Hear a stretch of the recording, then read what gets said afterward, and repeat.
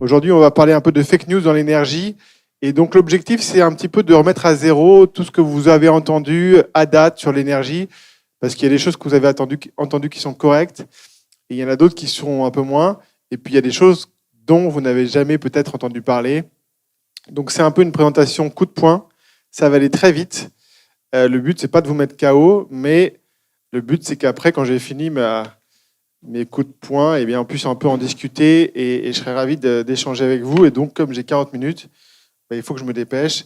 Et donc, on va commencer par un peu la première fake news du siècle, hein, la croissance infinie dans un monde fini. Alors, le Covid a eu quelques inconvénients pour beaucoup d'entre nous, mais il a eu quelques avantages, notamment un, c'est que les Français ont appris ce qu'était la fonction exponentielle. La fonction exponentielle, c'est une fonction qui double à intervalles de temps réguliers. Donc, par exemple, là, le PIB, on regarde depuis 2000 ans, il a doublé entre 72 et 94 en 20 ans. Il a redoublé entre 94 et 2014 en 20 ans. Donc, c'est bien une fonction exponentielle. Et il y a des économistes, qui sont même des prix Nobel, qui pensent que ça va encore doubler dans les 20 prochaines années. Pourquoi pas ? Alors, on rentre dans le vif du sujet, la transition énergétique, c'est la fake news du siècle, sans aucun doute, puisque à date, comme vous pouvez le constater, on n'a jamais remplacé une énergie par une autre. On ne les a qu'empilées les unes sur les autres. Donc on a commencé par du bois, on a empilé avec du charbon, on a rajouté du pétrole, on a rajouté du gaz naturel, de l'hydraulique et même des énergies renouvelables qu'on voit ici. Alors, c'est des données à 2012, donc ça a augmenté depuis, hein, bien évidemment. La seule transition énergétique qui ait eu lieu à date, c'est qu'on a remplacé du rouge par du vert, du nucléaire par du renouvelable. Ça tombe bien, aucune des deux émettait de CO2. Bon, pourquoi pas. Et donc effectivement, quand on prend un peu de recul sur le mix d'énergie, alors on parle beaucoup de ça. Donc ça, c'est 80% du temps, on parle de moins de 20% des choses, c'est ça. C'est le nucléaire, en tout cas en plus chez nous d'ailleurs, et le renouvelable. Mais ce qu'on voit, c'est que les énergies fossiles, ça met quand même beaucoup de temps à descendre. Mais si on est un petit peu optimiste, a priori d'ici 2040, on pourrait passer sous cette ligne de 80%. C'est pas mal, sachant que l'an dernier, avec ce qui s'est passé avec la Russie, vraisemblablement, il y a quand même une hausse, une augmentation du charbon en Chine ou encore en Europe pour se substituer au gaz naturel, et que ça, malheureusement, ça ne va pas forcément dans le bon sens. Alors, si on regarde rien que l'électricité, par exemple, on nous dit toujours « oui, la voiture électrique, c'est génial, oui, mais d'accord, il y a encore un peu de charbon, mais on est en train de décarboner l'électricité. » Ah bon ? Où ça ? Parce que moi, je vois 40%, 60% qui est une énergie fossile, et là, je suis toujours à 60%. Donc la décarbonation de l'électricité, je ne la vois pas encore sur les graphiques. Ce qu'on fait effectivement, ce que je vous ai dit tout à l'heure, c'est qu'on remplace du nucléaire par du renouvelable, notamment en Allemagne. À part ça, la décarbonation, c'est pas encore pour tout de suite. Alors par contre, il y a un truc qu'on sait très bien faire, ça on en parle un peu moins, c'est qu'on est champion du monde des importations de gaz de schiste. D'accord ? Donc ça, c'est la France. Cocorico, il y a 2-3 trucs où on est bon. Le football, de temps en temps. Et le gaz de schiste, alors bien évidemment, il est interdit de l'exploiter et de l'exploiter chez nous. Il est même interdit de regarder s'il y en a. Alors qu'on a quand même une certaine expérience dans l'exploitation du gaz, pas très loin d'ici d'ailleurs, hein, dans la région de Lac. Donc champion du monde de l'exploitation. Donc là, c'est le fameux 2 poids 2 mesures ou double standard de la France. Et effectivement, aujourd'hui, c'est un petit peu notre transition énergétique. On va essayer de remplacer du gaz russe par du gaz américain, qui, comme vous le savez, est un tout petit peu plus polluant. Le charbon, l'énergie du passé, on aimerait bien que ce soit le cas, parce que le charbon, c'est quand même presque la moitié des émissions de CO2, plus de la moitié de l'augmentation des émissions de CO2 depuis que Montaigne existe. Et là, vous voyez qu'en Europe, il y a certains élèves qui ont des électricités plus vertes que d'autres. Alors ça circule beaucoup sur Internet, donc je pense que vous êtes au courant. L'Allemagne a encore à peu près 30% d'électricité à base de charbon et de lignite, qui est encore pire que le charbon. Et puis vous pouvez voir aussi sur cette carte que finalement tous les pays à gauche ils sont plutôt dans le vert et puis les pays à droite sont plutôt dans le rouge. Et ça tombe mal parce qu'en fait avec l'élargissement en 2004 aux nouveaux États membres, qui a peut-être été une des causes de cette baisse de croissance en France, puisqu'on a beaucoup désindustrialisé, eh bien en fait on allait mettre des usines des pays verts dans les pays rouges, donc Pologne, Turquie, Maroc. Donc ça, est-ce que c'est vraiment une bonne idée pour la transition énergétique? Est-ce que ça fait baisser les émissions de CO2? C'est pas forcément évident. Alors, pourquoi est-ce qu'on utilise le charbon? Parce que le charbon, c'est moins cher. Ça pollue, ok. Ça émet du CO2, d'accord. Mais comme ces externalités n'ont pas de coût, c'est les trois principales usines du monde, que sont la Chine, l'Allemagne et les États-Unis, fonctionnent au charbon. Alors là, une fois de plus, c'est un graphique de 2013, donc ça a un peu diminué. En Allemagne, on est plutôt à 30%, ça a baissé. Mais en Chine, ça reste encore très significatif. Et nous, en France, on est quand même dans les meilleurs élèves. Par contre, on se lamente de notre nucléaire. C'est marrant, on a l'électricité à la fois la plus décarbonée d'Europe et on est en même temps le pays qui a le plus désindustrialisé, ce qui est quand même assez surprenant. Et oui, quand on voit un petit peu ce qui s'est passé, alors j'aime bien ce graphique parce qu'il y a des termes là-dessus qu'on n'utilise plus beaucoup, comme par exemple le tiers-monde. Ça n'existe plus, le tiers-monde. Maintenant, c'est les pays en voie de développement ou d'ailleurs déjà presque développés. Mais s'il n'y a pas de transition énergétique, par contre, il y a une vraie transition géographique. Et ça aussi, Jean-Marc en a parlé tout à l'heure. Ou alors une délocalisation énergétique. Et on voit par exemple, notamment à partir de 2000, et là c'est la Chine qui accède à l'OMC, qui a quand même 20% des moyens de production au niveau mondial, qui passe des pays de l'OCDE, on va dire peut-être des pays de l'Occident, à ces pays du tiers-monde, ou finalement peut-être du second monde, qui représentent la moitié des pays au niveau mondial. Et ça, forcément, ça se voit. Alors, en France, on ne vous le dit pas trop. Les écolos, d'ailleurs, ne vous le disent pas trop quand ils vous disent « Ah oui, la France, c'est génial, on a baissé nos émissions de CO2 depuis 1990. Super, ah bon ?» Et dans quel secteur on les a baissées alors? Dans le transport, avec les voitures diesel qui devaient sauver la planète? Non, ça a augmenté. Dans le bâtiment, par exemple? Pas beaucoup. Dans l'agriculture? Un peu, mais ça, c'est peut-être parce qu'on s'est tiré une balle dans le pied en mettant des sanctions aux Russes et qu'on leur produit moins de porc et de trucs comme ça. Énergie, oui, effectivement, depuis 90, on a continué à faire baisser notre consommation et de fuel et de charbon. Mais surtout, l'éléphant dans la pièce, c'est l'industrie. Avec une baisse des émissions de CO2 de 40% depuis 1990. Alors, ça ne veut pas dire ça ne sont pas que des fermetures d'usines, mais c'est probablement la moitié du problème. Et l'autre moitié, c'est qu'on a fait quand même des économies, on a amélioré des processus. Mais donc, en gros, notre baisse des émissions de CO2, c'est surtout le credo un peu favori de ce que j'appelle nos escrolos. La meilleure façon pour baisser les émissions, c'est de fermer les usines. Plus d'émissions, plus de pollution, plus d'emplois, ça on ne le dit pas. Accessoirement, explosion du déficit commercial, on ne le dit pas, ça n'intéresse personne. Mais pour l'instant, c'est le seul logiciel qu'ils ont trouvé. On ferme les usines. Pas sûr que ça marche très longtemps. Alors, ça ne va peut-être pas marcher très longtemps parce que ça commence à se voir. Il y a très peu de politiques qui en parlent, mais j'ai vu récemment, je crois que c'est Laurent Wauquiez qui a fait une sortie. Et moi, j'avais dit, le jour où vous avez un homme politique qui vous parle d'émissions importées, vous pouvez commencer à l'écouter. Parce que c'est ce qui s'est intéressé au sujet.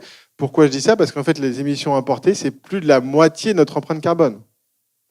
Donc aujourd'hui, on vous dit oui, il faut prendre l'avion pas plus de 4 fois dans sa vie. Bon, sachant que le secteur aérien français représente moins d'émissions de CO2 que la plus grosse centrale à charbon allemande. Ça, faut pas le dire parce que sinon, vous vous faites engueuler. Mais voilà, aujourd'hui, plus de la moitié du problème, il est importé. Est-ce qu'on fait quelque chose pour réduire ces émissions importées, qui font le lien avec ce dont disait Jean-Marc, qui est cette importation de déflation, qui nous a permis de Alors, je ne suis pas d'accord sur le pouvoir d'achat qui augmente. On a juste passé de pouvoir d'acheter des produits made in France à des pouvoirs d'acheter des produits made in China. C'est du pouvoir d'acheter des produits de qualité à des pouvoirs d'acheter de la merde. Mais est-ce que ça a augmenté? Oui, c'est sûr. Et donc là, on voit que ça, c'est un gros problème. Et finalement, donc, on ne le traite pas. Personne ne parle des émissions importées. C'est plus la moitié du problème. Nous, on préfère parler des avions, on préfère parler de choses. Oui, il faut remplacer du nucléaire par des renouvelables. Bah oui, ça tombe bien, oui. Décarboné par décarboné, ça va bien marcher. Bon, alors forcément, quand on regarde les émissions de CO2 au niveau mondial, elles augmentent. Et voir, Louis, je serais un peu surpris, mais est-ce que c'est pas à partir de 2003 qu'il y a une petite cassure? Donc, je ne sais pas si c'est de votre faute. Mais on voit qu'en fait, elles n'ont jamais autant augmenté depuis qu'on s'y intéresse. Donc, parfois, je me demande, est-ce qu'on n'aurait pas dû faire comme pour le reste, regarder ailleurs? Parce que là, on le voit bien, les seules façons qu'on ait trouvées pour faire baisser les émissions de CO2, les meilleures, ce sont les banquiers. Une bonne crise financière, ça marche bien. Ça ne marche pas longtemps, il y a un effet rebond, après, ça repart. Donc après, on s'est dit, bon, les banquiers, c'est pas suffisant, on va essayer les pangolins. Bon, le pangolin a bien marché aussi. Le pangolin a bien marché, mais pas très longtemps non plus. Donc là, 2022, sans surprise, année où l'humanité aura émis le plus de CO2 de son histoire. Bon, ben voilà. Donc c'est là où nous en sommes, mais forcément, si on ne s'attaque pas aux causes, les chances qu'on réussisse à les faire diminuer sont limitées. Alors, la cause principale, ce que j'appelle l'éléphant dans la pièce, on en a parlé tout à l'heure. Qu'est-ce qui a pu se passer là?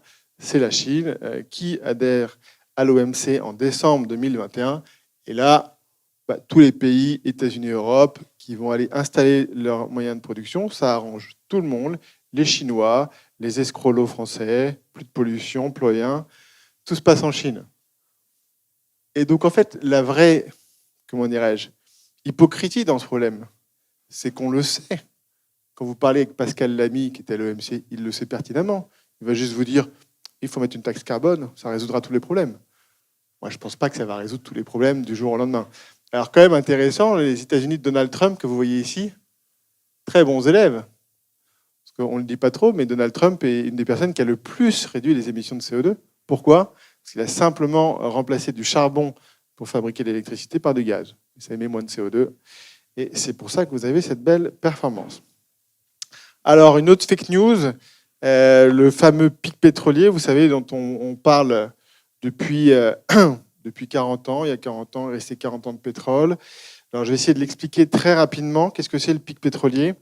Le pic pétrolier, c'est quoi? C'est quand on a des coûts d'extraction du pétrole qui augmentent. Alors, je rappelle deux choses, deux évidences pour tout le monde. Le pétrole, c'est comme le soleil, c'est comme le vent, c'est bio et c'est gratuit. Ce qui n'est pas gratuit, c'est de l'extraire. Extraire le soleil, c'est pas gratuit, il faut mettre un panneau. Extraire le vent, c'est pas gratuit, il faut mettre une éolienne. Extraire le pétrole, c'est pas gratuit, il faut mettre un puits, il faut aller le chercher. Et qu'est-ce qui se passe sur le pétrole? Son coût d'extraction augmente, mais vous, votre portefeuille, il n'augmente pas. Donc à un moment donné, vous n'allez plus pouvoir le payer. Et comme c'est une énergie qui est mondiale, en fait, le moment donné, c'est entre 100 et 150 $ le baril, parce qu'à ce moment-là, vous commencez à détruire de la demande. C'est-à-dire que les gens qui peuvent plus payer le pétrole, ils font autre chose, ils prennent un vélo, pour caricaturer. Et donc, vous irez chercher le pétrole sous les pieds qui coûte 150 $ à extraire. Je rappelle que 150 $, c'est pas cher, hein, c'est moins que de l'eau minérale. On est d'accord, parce que quand vous allez faire le plein à la station essence, vous prenez 1 litre de pétrole, d'essence, ça coûte 2 €. Et ça, vous faites un plein de taxes, pas un plein de pétrole. Le pétrole, lui, il ne coûte pas 2 €, il coûte 90 centimes. 90 centimes, c'est moins que l'eau pétillante. Ou même d'ailleurs de l'eau plate. Alors pourquoi le pétrole, on nous disait il y a 40 ans qu'il en restait 40 ans, aujourd'hui on nous dit qu'il en reste toujours 40 ans, et donc quel est ce problème avec le pétrole? En fait c'est assez simple, même si c'est très compliqué, c'est la partie la plus aride de la présentation, donc je vais aller vite. En gros, on a une façon de mesurer les réserves qui est très conservative et qui consiste, quand on trouve un puits de pétrole, à ne déclarer que 10% de sa valeur. Et après, au fur et à mesure des années, on va déclarer la suite. Et donc, on se dit, c'est génial, ça augmente. En fait, non. La vraie méthode pour mesurer les puits de pétrole, c'est que quand on découvre le puits de pétrole, on déclare une valeur qui a 50% d'être plus élevée et 50% d'être plus faible. Ça, c'est ce qu'on appelle les réserves 2P, donc prouvé plus probable. Et quand on fait ce travail, on voit qu'en fait, ça n'augmente plus artificiellement, mais ça baisse. Alors, l'autre raison pour laquelle ça augmente artificiellement, c'est parce que ce qu'on appelle ces réserves 1P, ce sont des réserves financières et politiques, qui fait que, par exemple, vous pouvez avoir quelqu'un, fin des années 2000, comme Hugo Chavez, qui va dire, moi, au Venezuela, j'aimerais bien avoir les plus grandes réserves pétrolières du monde. Ah, d'accord. Et alors, qui est l'autre principal producteur, enfin, qui a les principales réserves? Ça s'appelle l'Arabie Saoudite. Ah bon? Combien ils ont? Ils ont 260 milliards, monsieur Chavez. Très bien. Nous, ce sera 262. Voilà. Alors, sur le coup, les gens rigolent comme vous. Et puis, 2 ans après, c'est repris par BP. Et puis, plus personne rigole. C'est dans les chiffres. Donc, aujourd'hui, les plus grandes réserves de pétrole, c'est le Venezuela, à 262 milliards de barils. Donc, il faut plutôt regarder la courbe verte, comme vous l'avez compris. Et quand on regarde la courbe verte et qu'on regarde 1985, on est à peu près à 60 ans de consommation. Et quand je regarde 30 ans plus tard, 30 ans. Donc le compte est bon. Alors, ça ne veut pas forcément dire que dans 30 ans, il n'y en aura plus du tout. Par contre, il est possible que, vu qu'on découvre de moins en moins de pétrole, par rapport à ce qu'on consomme, on ait une contrainte qui arrive sur le pétrole. Et alors, figurez-vous que cette contrainte est d'ailleurs peut-être déjà derrière nous. Parce que quand on prend un petit peu de recul sur la production de pétrole, on voit qu'à partir des années 2000, on a un plateau, là, 2005, sur l'extraction mondiale hors États-Unis. C'est ça d'ailleurs qui fait que les prix du pétrole augmentent, puisque vous avez en même temps la Chine qui se développe très fortement et une contrainte sur la disponibilité. Donc c'est ça qui fait augmenter les prix, c'est ça qui fait augmenter l'inflation, c'est ça qui fait augmenter les taux directeurs des banques centrales, et c'est ça qui, in fine, aboutit à la crise financière de 2008. Et vous ne serez pas surpris d'ailleurs si on est dans une logique un petit peu similaire en ce moment, augmentation des coûts de l'énergie, augmentation des coûts de l'inflation, augmentation des taux de la Banque centrale. Qu'est-ce qui se passera après? Je ne sais pas.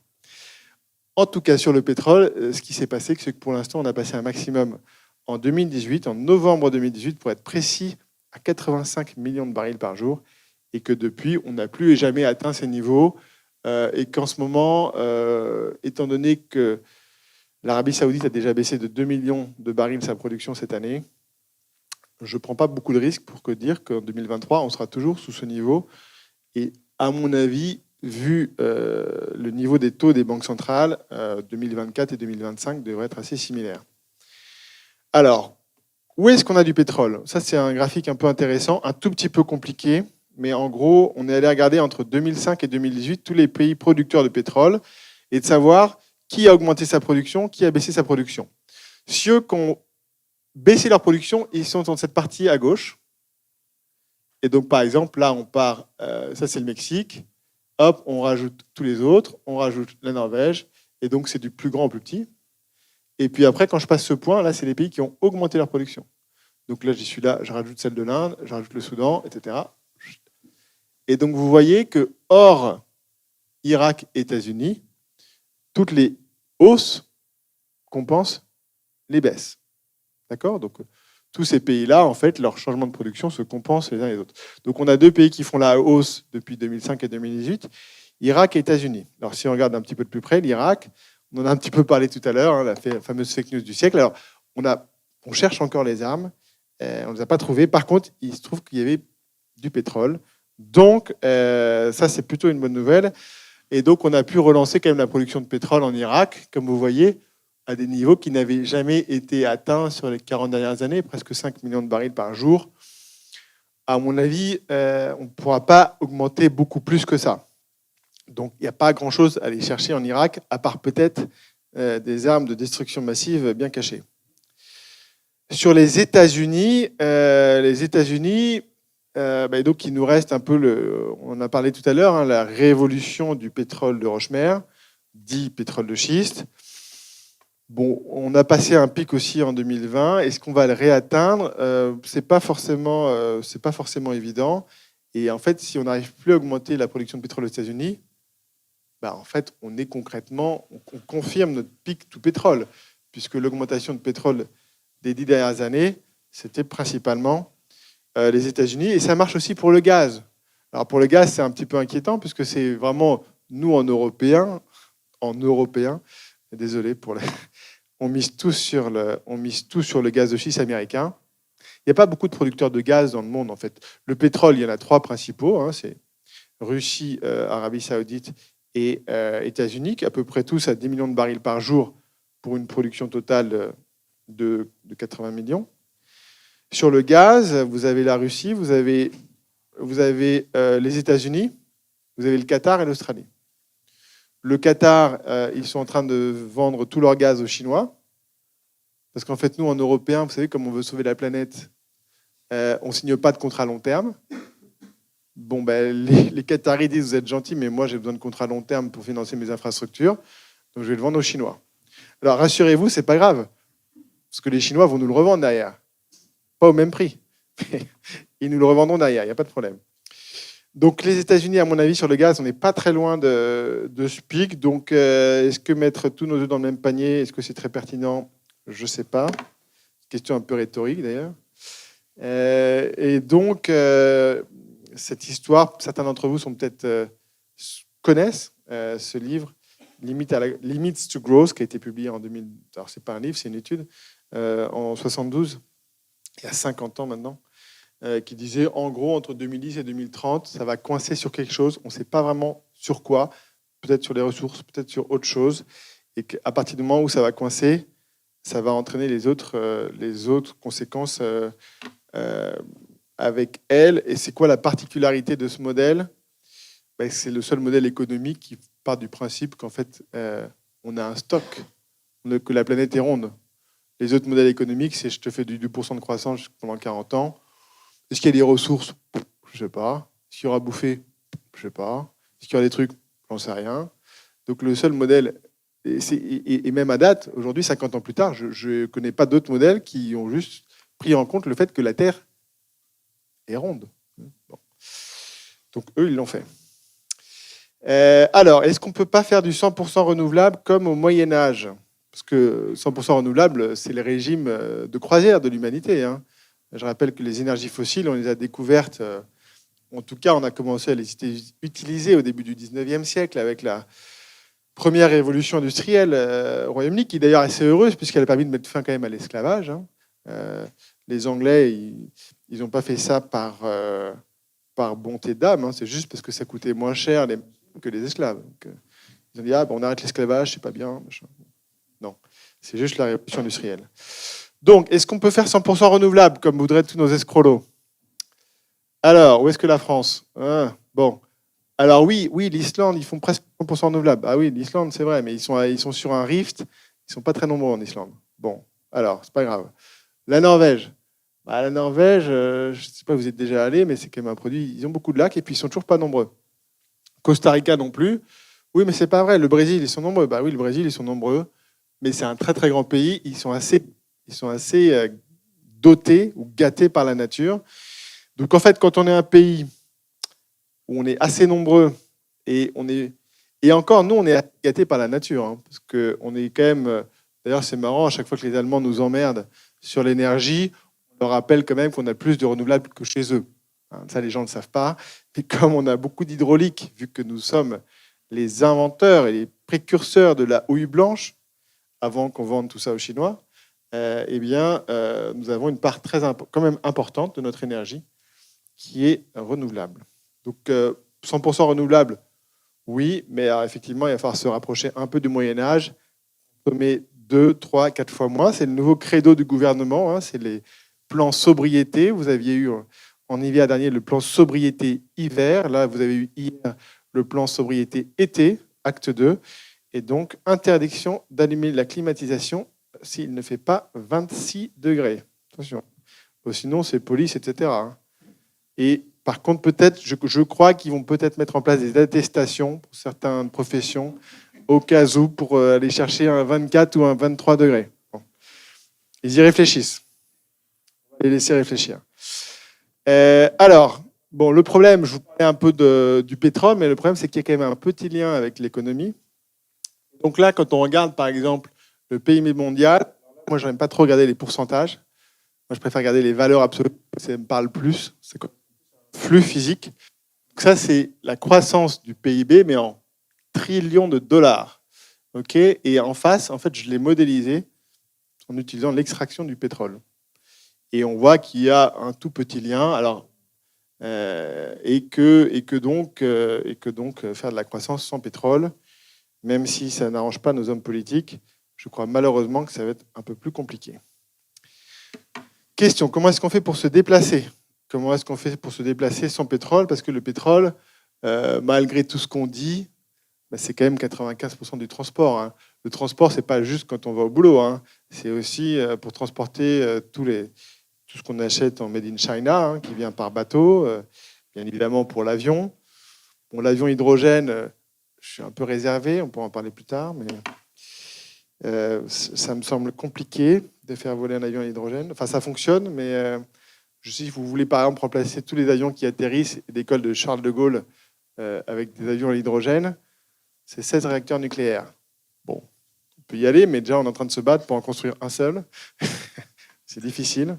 Alors 16, que pour Roissy, hein, pas pour toute la France, bien sûr. Bon, alors bien sûr, à chaque problème complexe, il existe une solution simple et fausse. Ça va surprendre personne. La fameuse voiture électrique. Alors la voiture électrique, c'est bien, mais ça va prendre un petit peu de temps, parce qu'en fait, il faut remplacer toutes les voitures qui circulent. Hein, 40 millions en France. Donc moi, je suis allé voir qu'est-ce qui se passait dans le paradis de la voiture électrique. Paradis, c'est la Norvège. C'est là où il s'en vend 90% des voitures neuves sont électriques. Pourquoi? Parce qu'elles coûtent 2 fois moins cher que la voiture thermique. Ou plutôt, la voiture thermique coûte 2 fois plus cher. C'est-à-dire qu'il y a 100% de taxes, grosso modo, dessus. Ça fonctionne, mais aujourd'hui, en gros, quand on vend 90% de voitures neuves, c'est-à-dire que dans le parc, aujourd'hui, en Norvège, on a à peu près à 20%, une voiture sur 5. Donc, l'économie de carburant, c'est à peu près 20%, puisque c'est sur le parc. Nous, ça va prendre combien de temps d'arriver à 90%? A priori, on vise 2035. 2035, ça représentera combien du parc? 20, 25%, je ne sais pas. Donc, on va pouvoir économiser 20% sur le pétrole. Pas sûr que ce soit suffisant. En France, on n'a pas de pétrole. Alors, j'essaie toujours de trouver des variantes avec les idées. Parfois, on a certaines idées. J'ai un peu d'espoir, mais malheureusement, ça ne dure jamais très longtemps. Alors, ce graphique, je l'ai mis à jour récemment. Quand il n'y avait pas 2022, 2021, ça faisait déjà peur. Alors là, 2021 par rapport à 2022, franchement, ça va, moins 130 milliards d'euros, c'est pas la mer à boire. Là, on est quand même à moins 180 milliards d'euros. Alors, on vous communique un chiffre qui n'est pas le même parce qu'on n'utilise pas la même convention et ça permet de réduire ce déficit commercial, mais le déficit commercial, il est bien à plus de moins 180 milliards d'euros. Donc ça, c'est pas quand même une très bonne nouvelle. Si on était capable de faire quelque chose, consommer un peu moins de pétrole, et accessoirement, celui dont on parle jamais, c'est celui-là. Hein. Industrie manufacturière hors voiture. Je ne sais pas qui était ministre de l'économie en 2014, mais je ne sais pas ce qui s'est passé. Bon. Ça ne doit pas être très sensible au sujet, à mon avis.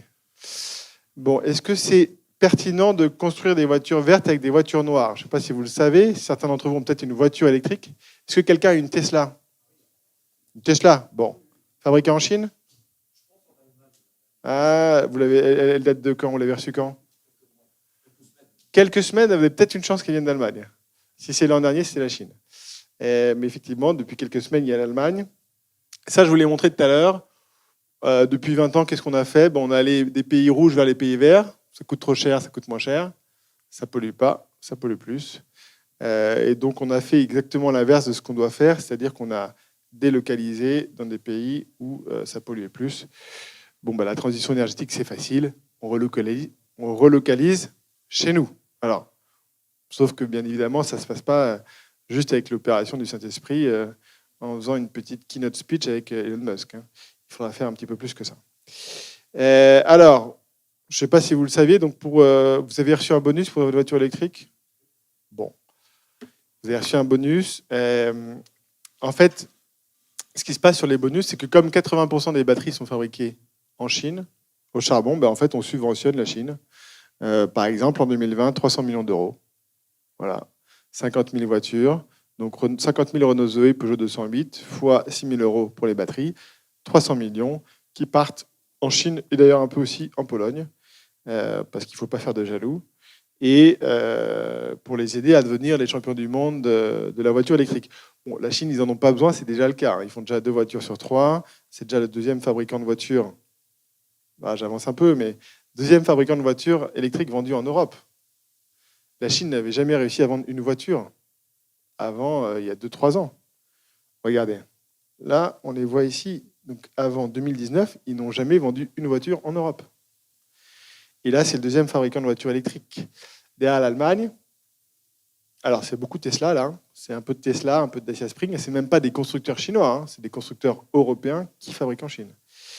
Et je pense qu'en 2025, je ne prends pas beaucoup de risques en disant que ce seront le numéro 1. D'ailleurs, ils sont devenus numéro 1 mondial exportation des voitures devant l'Allemagne et le Japon il y a quelques mois. Alors, le problème de la Chine et d'en dépendre, c'est que en fait, on est en train de remplacer une dépendance à l'OPEP. Alors 30%, mais même avec l'OPEP+, où on va inclure la Russie, on est plutôt à 40%. Et ça, on va le remplacer par la Chine. Alors je dis 40%, mais je me suis trompé, c'est pas 40% d'ailleurs. C'est 80%. Puisque sur le cobalt, par exemple, ils maîtrisent 80% des capacités de raffinage dans le monde. Donc tant qu'on a des batteries qui utilisent du cobalt, on est pieds et poings liés avec les Chinois. Alors la bonne nouvelle, parce que je suis obligé d'en donner de temps en temps des bonnes nouvelles, c'est qu'il y a des batteries sur lesquelles on travaille qui n'utilisent plus de cobalt. Alors par exemple, c'était les lithium fer phosphate qui sont peut-être dans votre batterie d'ailleurs. Et il y en a même qui n'utilisent plus de cobalt, plus de lithium, plus de nickel. Ça, c'est des batteries sodium-ion. On a une entreprise française qui s'appelle Tiamat Energy qui fait ça. Peut-être que j'irai mettre un peu d'argent chez eux d'ailleurs, si je vais regarder. Mais je ne donne pas de conseils financiers, hein, ce n'est pas mon domaine. Mais Tiamat Energy, c'est intéressant. Ils ont un brevet du CEA qu'ils utilisent. Je crois qu'ils ont signé un deal avec des Chinois, parce que je pense que ça va s'industrialiser en Chine. Mais ça, c'est vraiment la grosse tendance sur les voitures électriques. Le secteur à regarder, batterie au sodium.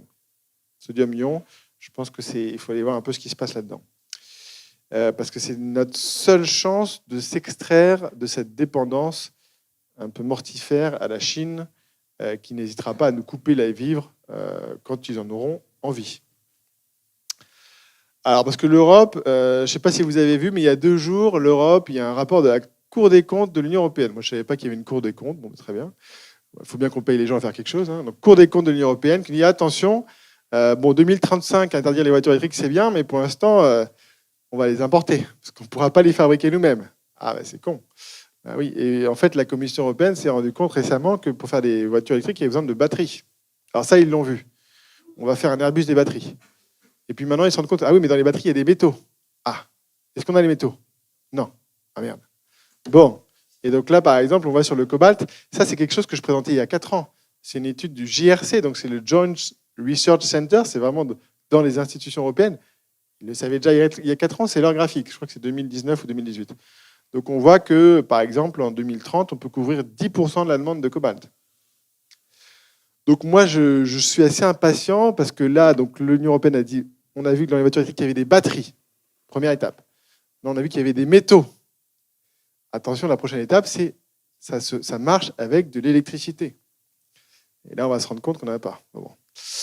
Alors, on a quand même donc cet Airbus des batteries, hein, ce très très beau projet. La France croit beaucoup. C'est le projet un peu drapeau de Bruno Le Maire, hein, son fameux Airbus des batteries. Alors c'est très beau tout ça, sauf que avec l'augmentation du prix du gaz depuis 2021 et donc du prix de l'électricité, et en plus le petit bébé dans le dos que nous a fait Joe Biden avec son fameux Inflation Reduction Act, qui est juste une façon de faire du protectionnisme en violant toutes les règles de l'OMC, eh bien 70% de ce projet, 70%, 7 sur 10, sont à risque de partir aux États-Unis. Donc on passerait tranquillement d'un Airbus des batteries à un Boeing des batteries. C'est concrètement la situation dans laquelle nous sommes. Aujourd'hui, les gens qui veulent s'implanter en Europe, En fait, une batterie, je vais peut-être faire une révélation pour vous, mais ça ne se fabrique pas avec un panneau solaire. Une batterie de voiture électrique, ça se fabrique avec du gaz. Si vous n'avez pas de gaz, ou qui coûte par exemple 6 fois plus cher qu'aux États-Unis, comme c'est le cas actuellement, les industriels, ils ne sont pas fous. Et en plus, ils peuvent avoir le gaz moins cher, et en plus, ils vont avoir des subventions pour vendre leur voiture. Ils ne vont pas se priver. Et c'est d'ailleurs ce qui s'est passé pour cette usine-là, la plus grande d'Europe, Tesla, ici que vous voyez. Eh bien, ce projet a été mis en pause. Vous savez, c'est comme dans une relation amoureuse. On va faire une pause. Donc, on l'a mis en pause et tous les équipements qui étaient prévus pour l'usine de Berlin, ils sont partis tous au Texas pour l'usine de batterie du Texas. Bon, donc c'est vrai que vouloir réindustrialiser la France, c'est bien, mais quand votre gaz naturel coûte... Alors même s'il a baissé, bien sûr, il a baissé par rapport au maximum, et là je ne suis pas encore à jour, mais je crois qu'aujourd'hui on est à peu près autour de 35 € du mégawattheure, et ça reste 6 fois plus élevé qu'aux États-Unis. C'est ça le problème.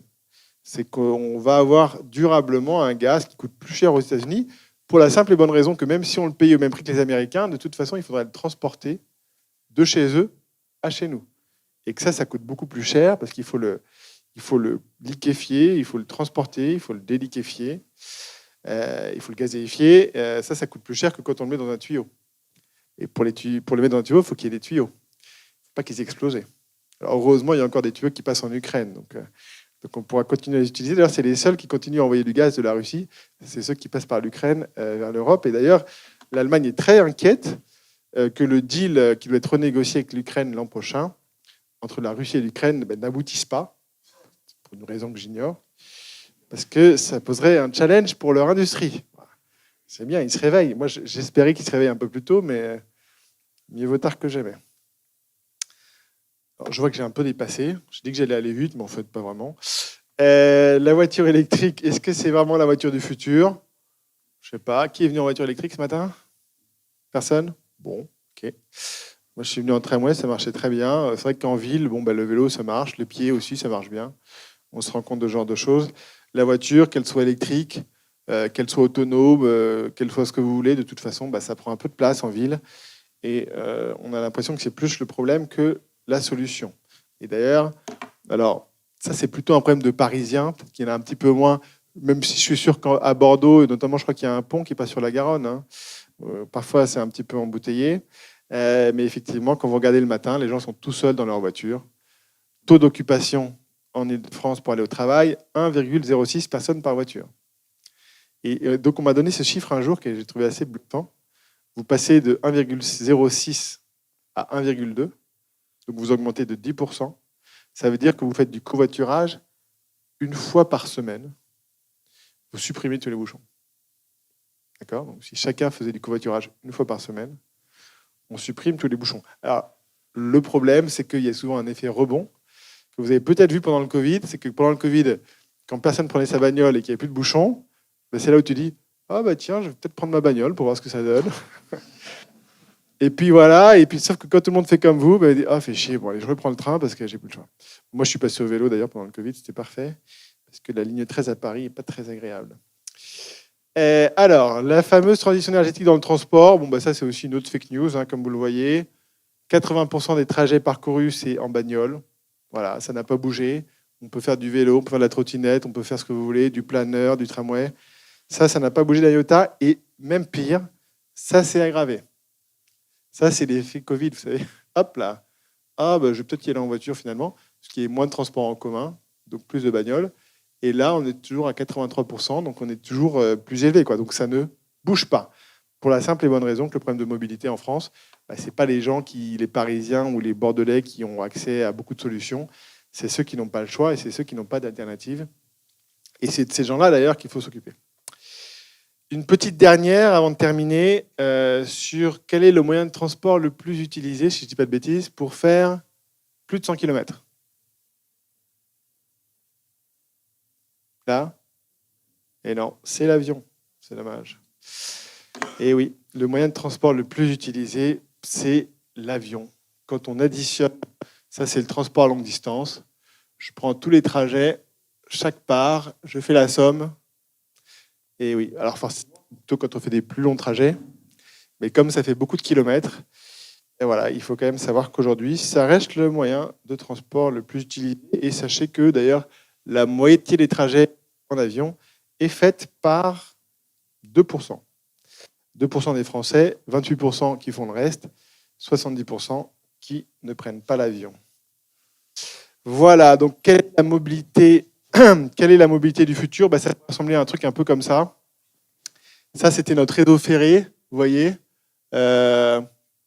Au sortir de la Première Guerre mondiale, grosso modo, il y avait un train qui allait dans toutes les villes de France. Donc pour se déplacer, c'était pas très compliqué. La courte distance, c'était en vélo. La longue distance, ça se passait en train. Ça, c'est quand on n'avait pas de bagnole et ça marchait assez bien. Et voilà, quelques idées de mobilité du futur. Sans faire de pub, je ne suis pas sponsorisé par Gitane. Mais pour ceux qui n'ont jamais essayé le vélo, n'hésitez pas. Et surtout à prendre une petite batterie en plus. Ça permet d'arriver tranquillement en bonnes conditions et pas en âge au travail pour passer une bonne journée. Voilà, j'ai un tout petit peu dépassé. Je ne sais pas s'il y aura beaucoup d'échanges.